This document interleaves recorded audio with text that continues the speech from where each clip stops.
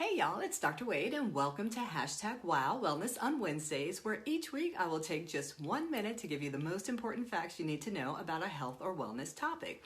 We are continuing on water part 2 this week, covering water filters. This is a ginormous topic because in fact there is more than 200 substances in water that are not regulated by the EPA, in addition to the at least 80 or so substances that are regularly monitored by the EPA. But I'm going to try to chunk this down into 1 minute for you. All right.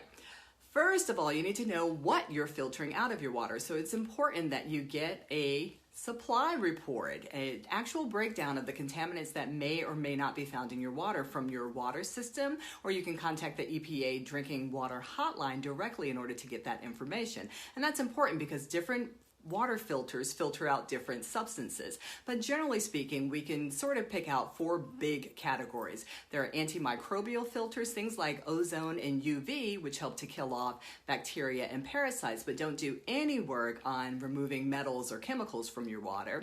There are also mechanical filters, which kind of act like a sieve in order to filter out particulates in your water, but they don't do such a great job on antimicrobials.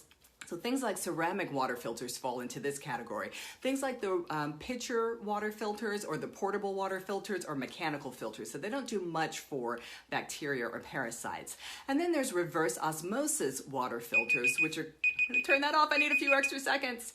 Reverse osmosis water filters, which can filter out both metals and chemicals, but also can filter out some microbial particles. The problem with reverse osmosis is that it takes a lot of water in order to make enough water for drinking.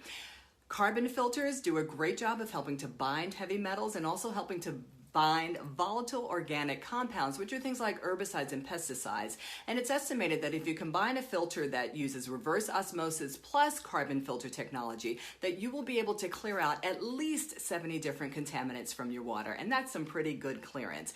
All right, that's Water Filters 101. I will post lots of links at the bottom because this is like a huge topic. Most important thing though is to know what's in your water so that you know what you're trying to get out of your water.